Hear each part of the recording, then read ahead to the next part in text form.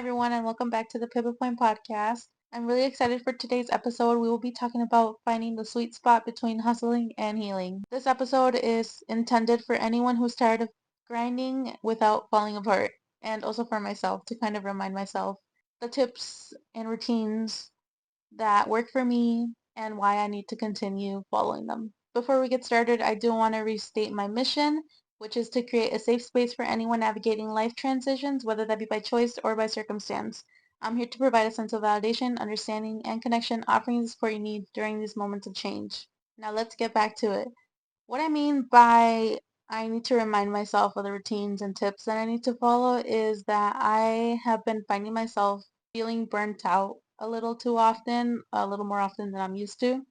And that leads me to missing work or missing events because I need rest. I will throw out there for reference, I do have two jobs, so I work about 50 hours a week. And I have a social life to keep up with, and a relationship to keep up with, and a family to keep up with. So it's not the easiest to manage everything when I'm working 50 hours a week. But I know there are routines and tips that I can follow to better keep up with them and to better keep up with myself and my self-care. For starters, I do want to throw out the big contrast between the two, so like an extremity of hustling and an extremity of healing. When it comes to an extremity of hustling, it can be really draining, and because you're always hustling, you're missing events because you're always at work or you're always working on something, which means that there is nothing fun to look forward to because I feel that we've created a culture where work is like way up here and our needs are like way down here. In doing so, we forget that our bodies need rest. Now, when it comes to always healing, there's no ambition, and you create a bubble that makes you too soft or too coddled. We have to realize that life is cruel and you have to learn to live with certain things. You can't create this big bubble for yourself because life will come and pop it. What we really need is harmony, not an extremity of one or the other. And that is why today we will talk about where we can start building that flow, what to do once you're in that flow, and then a little summary of everything that I'm going to talk about. So first and foremost, we're going to go over where to start. I am a strong and firm believer in self-compassion. I'm a little new to this. I didn't really know that it was a whole thing, like therapists teach it. I learned it from my therapist at the time, and she was really into it. Like, she did not miss talking about it in any session, and we had a good chunk of sessions. But in each and every session, she would make it a point to bring it up and ask me, are you being self-compassionate? Are you giving yourself grace? Are you acknowledging your suffering? Are you recognizing that your suffering is a shared experience? And for a long time, my answer was no, no, no, and no. But eventually it became yes, yes, yes, and yes. Now you may be wondering, what the heck is even self-compassion? And I mean, it kind of is what it says. Basically, treat yourself the same way you would treat a loved one. Because we should be our own biggest loved one, and we wouldn't stand for treating a loved one in a negative manner. So why do we do it to ourselves? Honestly, like the multiple talks about it was really life-changing and revolutionary. I learned about it late last year, and I wish I could have learned more. I honestly probably will look into it some more, but like I said, I'm struggling to keep up with certain things. So it's a little hard for me to sit down and like put in the work. But I think right now I'm kind of having a realization that it's something that I must do. Because it's a whole thing. Like I said, she had this whole packet, like pages and pages long about self-compassion. And like every session was kind of like class on self-compassion. And being self-compassionate is not just about being kind to yourself, but it's also about acknowledging that you're suffering. So let's say you're struggling to bring up a hard conversation with someone. You have to recognize that that is suffering. It is anxiety inducing, nerve-wracking, maybe even heartbreaking.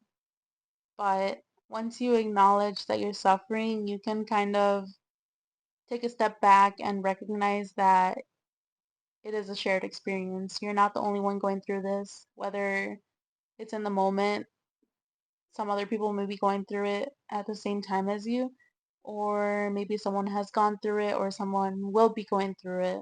You may feel alone in that suffering, but we have to remind ourselves that suffering is a shared experience. And we have to tell ourselves that this too shall pass, just like everything else. It may take a moment or two or three or four or five, but eventually it will pass.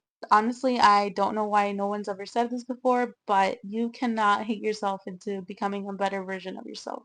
And to put that into perspective, the people that are thriving get a lot of love and they're thriving because they have a good support system.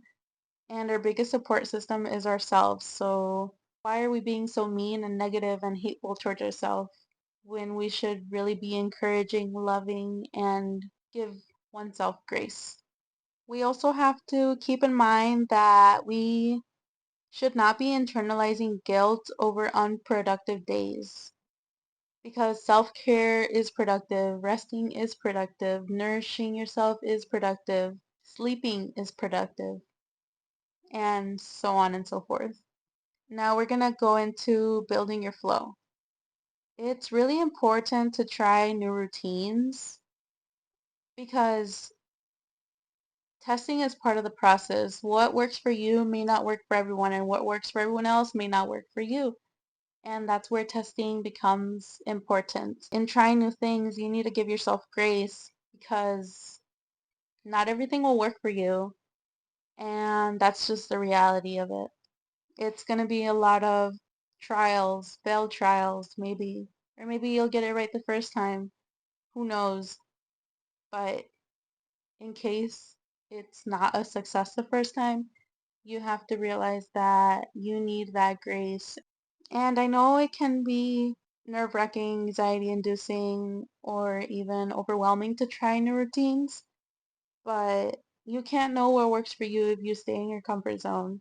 If you're struggling right now, why wouldn't you want to get out of your comfort zone? Clearly, what you're doing is not working.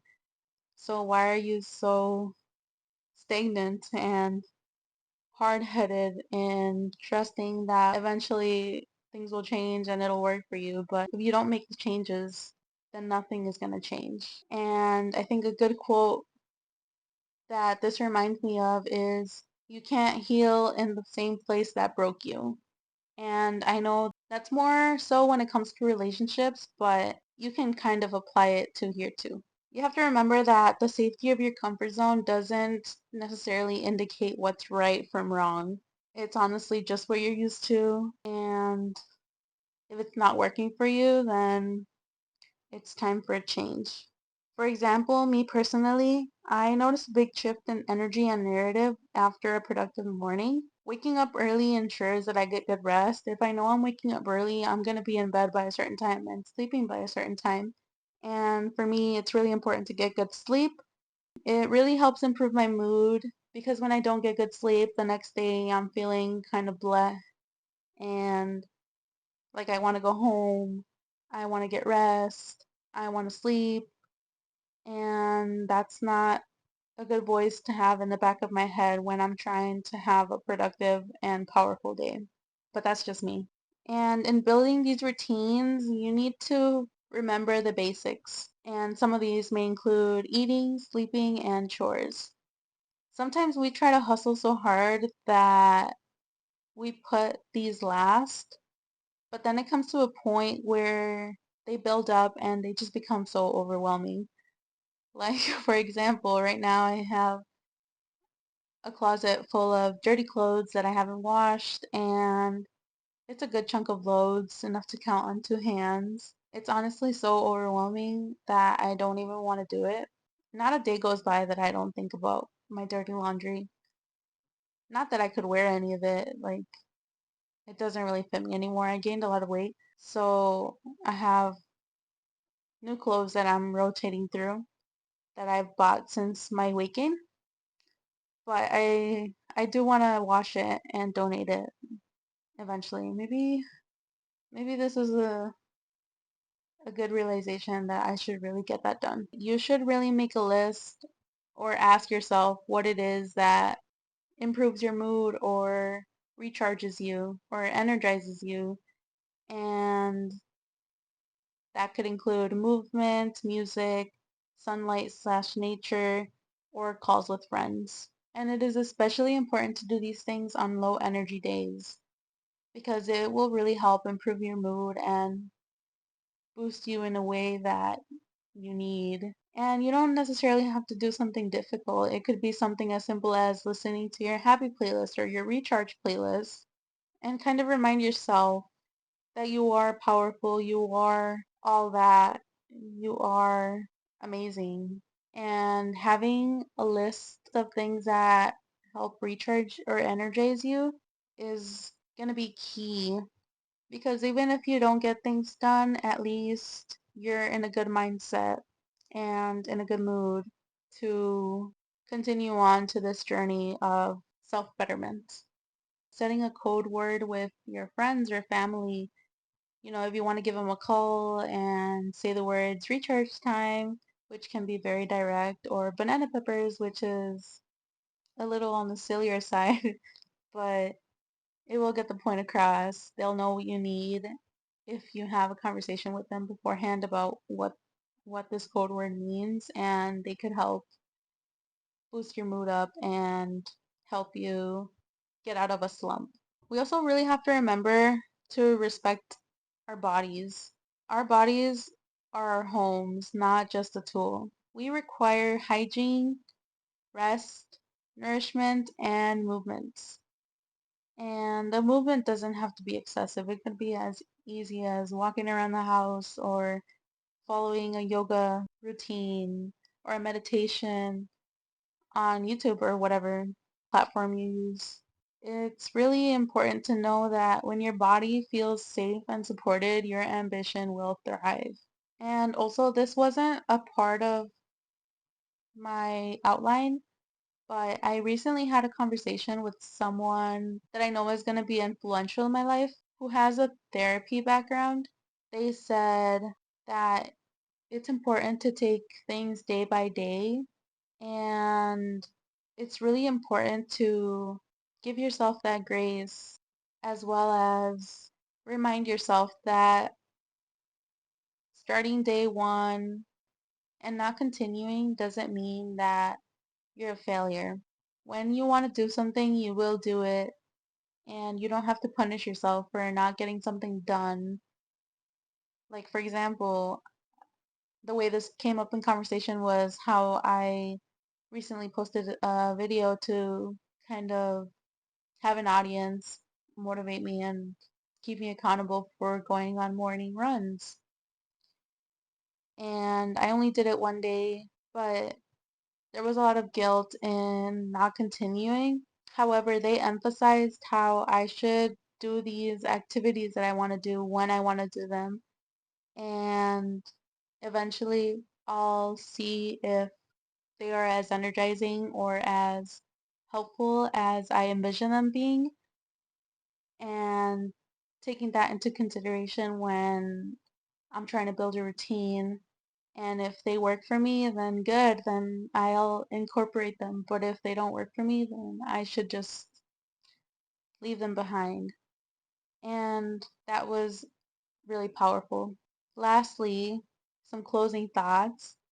Self-compassion does not equal laziness.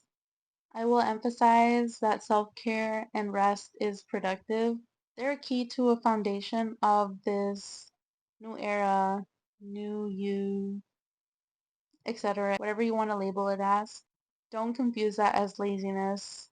There are things you need, they're necessary, and you should be doing them. And finding a balance has to be done daily.